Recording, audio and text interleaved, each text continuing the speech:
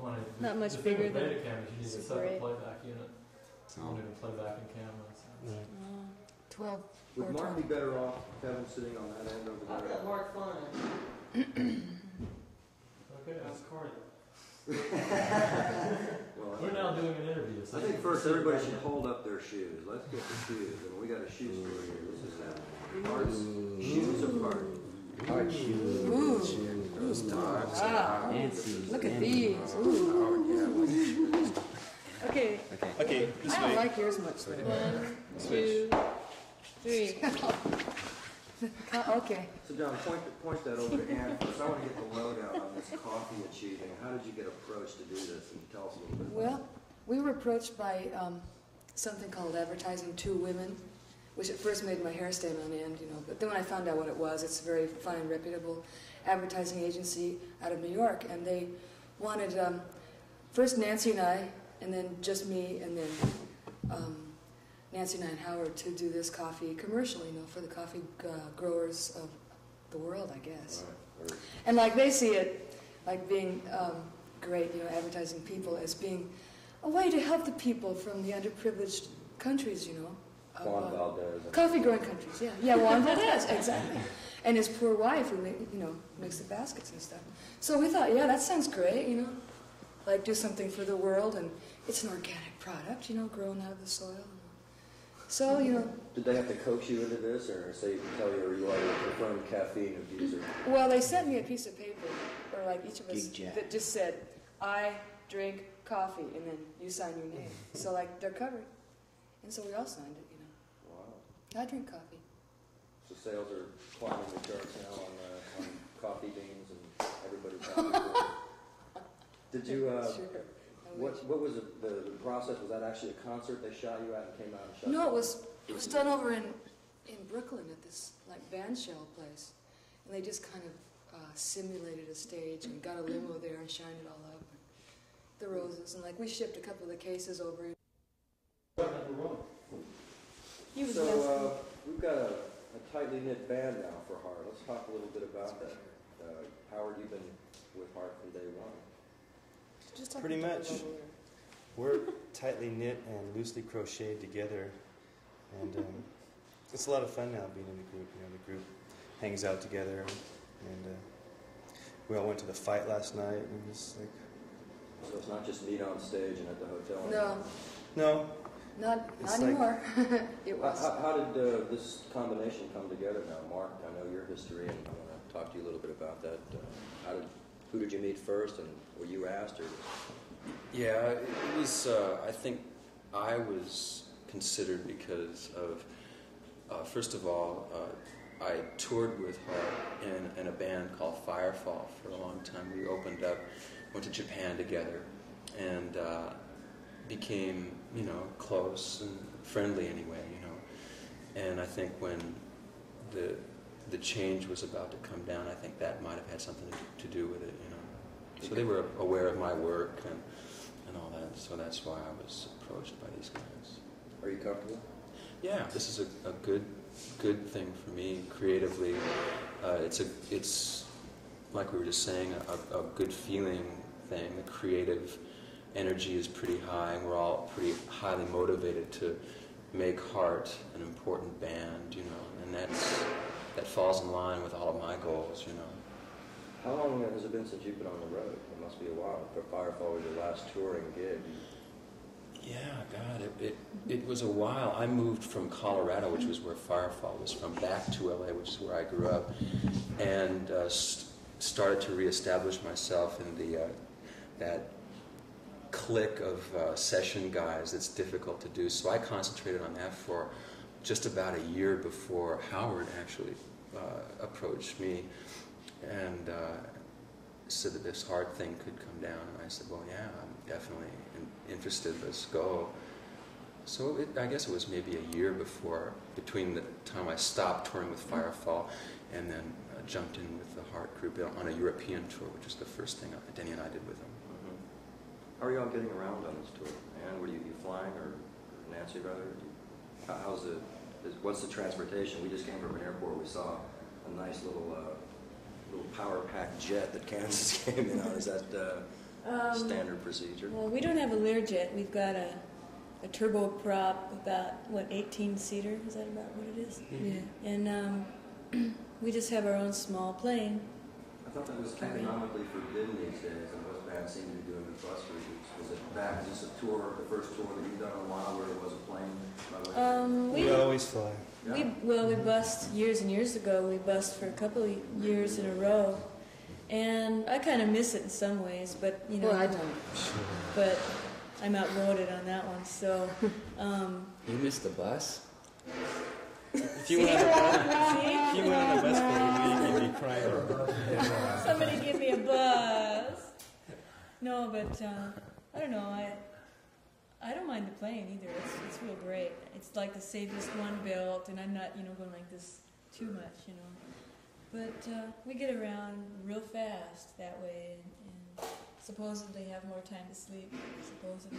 Go to professional fights and go to dinner together and all this. You wouldn't want to do that. Fights and dinner,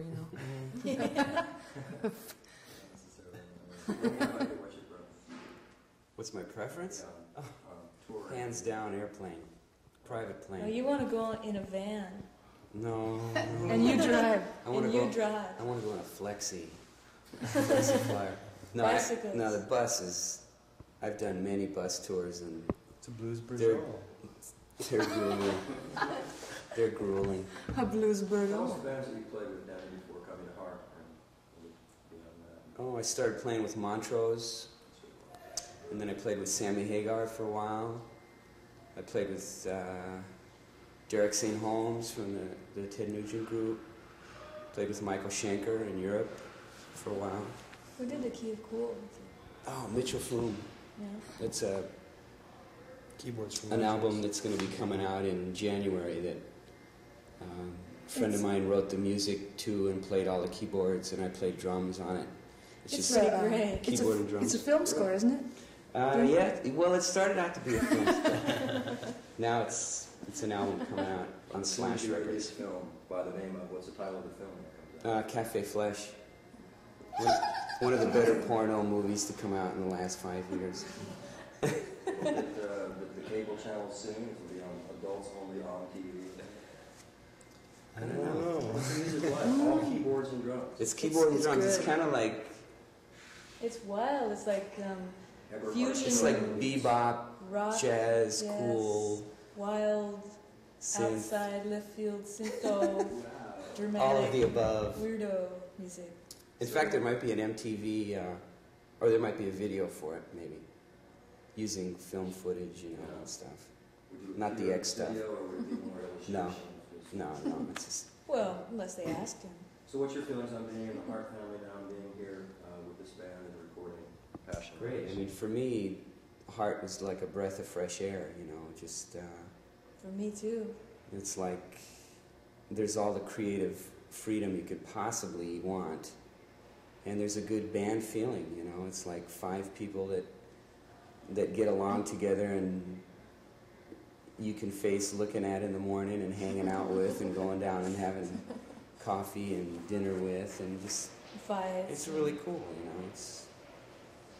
What causes the opposite of that? I mean, is it the youth of your relationship that maybe it's all harmony?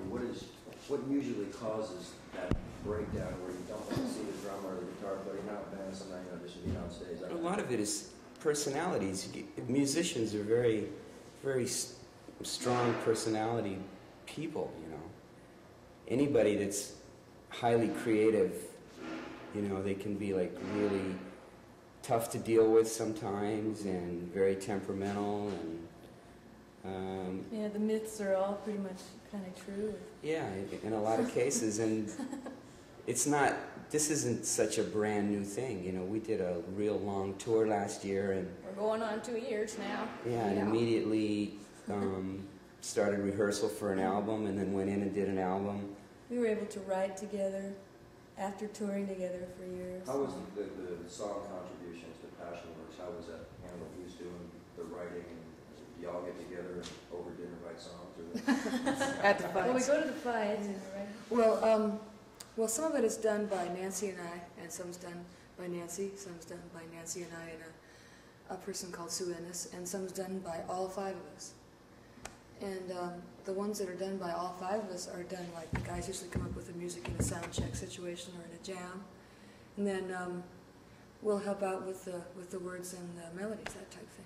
So like it happens every way it can possibly happen. In more ways now than we've ever really written songs, like new and different ways to write songs. Yeah. What video has come from Passionworks? I mean, I know I should know that, but we're on the road a lot too. How Can I Refuse? On TV, so we never see How How Can Can I I Refuse? Refuse? The Which is first the single, single. which the whole band wrote. And we have another one on Allies that's finished now, and it'll be out in a week or so, something like that. How does Refuse look? What did you do? What was the concept behind it? Wow, Well, it was real yeah. weird. We had a lot of scripts to choose from too, and we chose the most off-the-wall one, because at that point we didn't have time to write our own, which we sort of halfway did for Allies. But How Can I Refuse is like, there's a lot going on, other It's- than the song, as well as a lot of basically performance. a band performance. Yeah, But there's this like subplot that involves this mysterious guy that, in a way, steals the girls from the band and dazzles them with some fancy special effects. And the way I read it is that this distraction, right, from the group is the spell is broken. The girls realize that there is this distance from the band, and they break away from him, and we come back to a band performance. So it's kind of a neat theory, Always cutting away from the stage, so it's not always Yeah, it's like distracting. it moves along pretty cool. Yeah. How's the reaction been to people? Good. It's difficult for us to really read how the video is getting received, but I'll tell you, the best indicator that we have is when we play that song live. I mean, yeah. and the reaction has been great, both to Allies, actually the new stuff in general. Mhm. I mean, Yeah. it's Oh, really yeah. pretty positive stuff, so it must be working, That means more than any rock journalism you can read.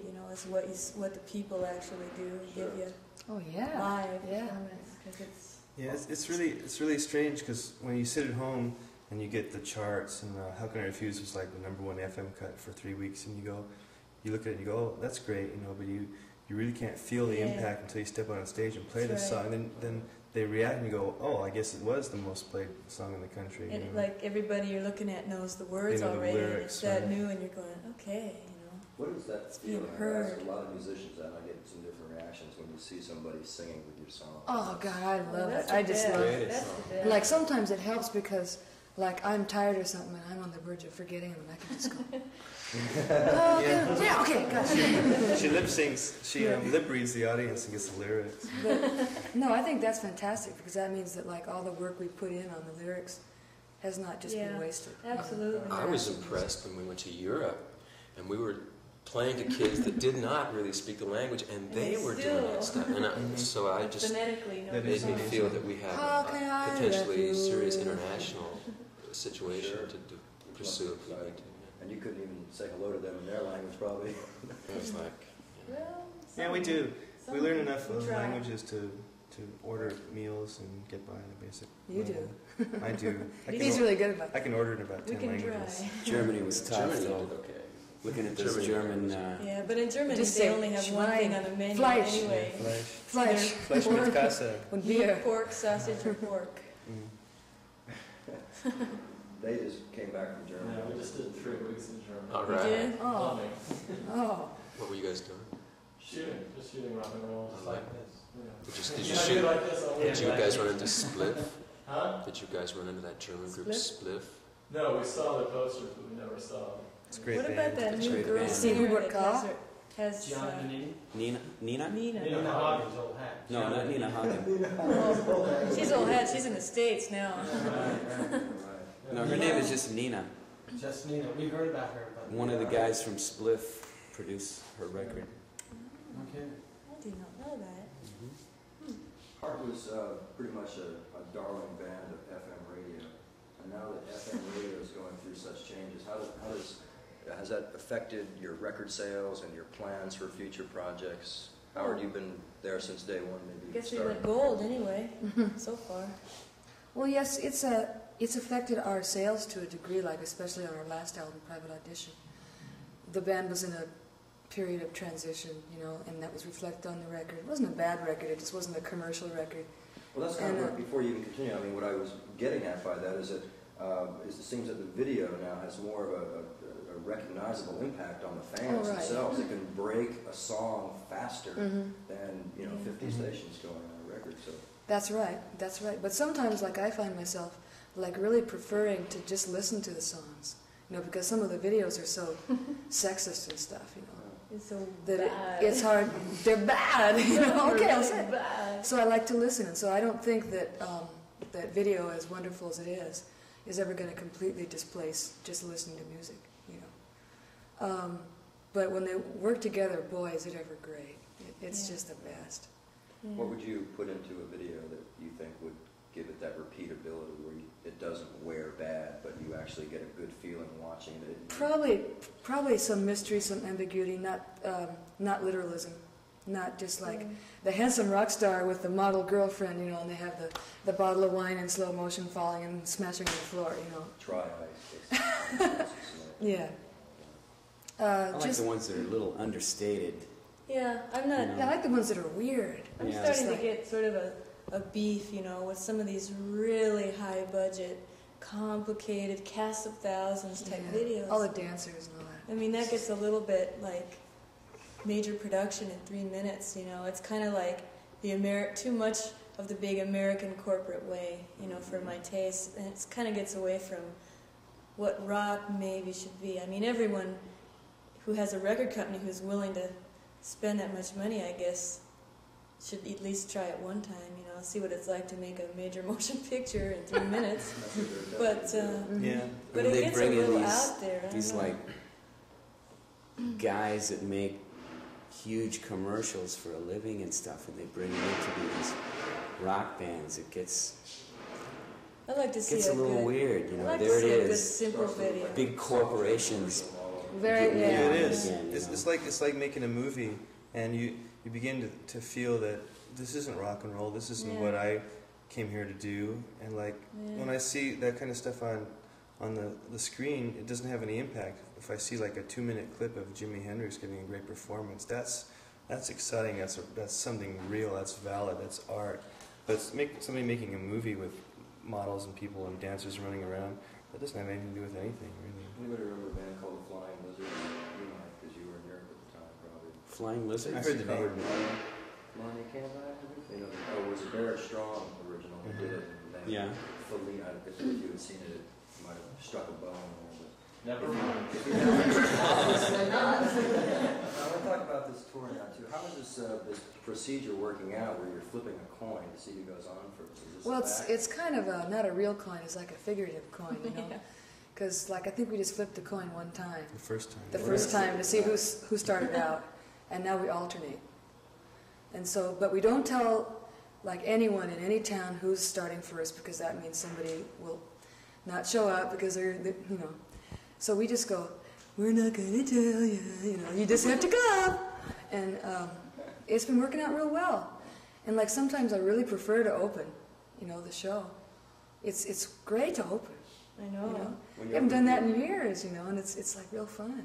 It's great because you get to play like an hour and a half and to a fresh crowd, you know. That's And then go home and you can still catch David Letterman, you know. yeah. That's right. That's true. It's great though, you know, like sometimes the show runs a little long. That's why I don't like to close that much. How did the combination of Kansas Heart, two big bands of the 70s now, and with 2 new records, how did this all, how was this put together for this particular tour? And is it going to be for both the length of the tour, or are you splitting up somewhere down the line, or will Kansas be with Heart the whole tour? Well, I think that it was put together by our 2 managers who Yeah. went, "Hey, it's really bad out there. Let's try and Yeah. like get the most we can out of." Even Give the allow- kids Yeah, the give the best kids show we can. good value I don't for think money. it was a conceptual thing to try to, you know, take the 2 70s groups and put them into the 80s mode together or anything. But I think for a viable kind of let's give the kids, you know, a real great show for the money, you know, and that was the idea. Yeah.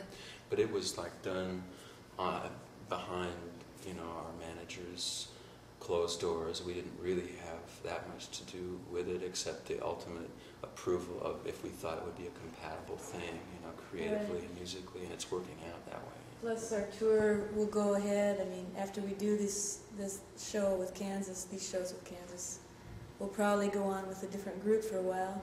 And I don't know if we're going to be co-headlining at that point or not. No, we're not. So this is like a real experimental, first time ever kind of a deal.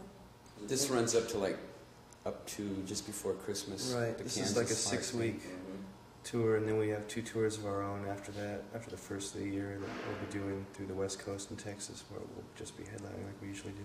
Staying in the U.S. though, both. Yeah, we won't go Yes, overseas so- till after. For now. Is Spring. it filling halls for you? Or is it Yeah. Yeah, It's doing so good far business. it's been great. It's a lot of big groups that aren't able to sell a lot of tickets right now. And, you know, the people don't have that many bucks just floating around to go to Yeah. concerts. I was going to ask you what your explanation is, Yeah. what you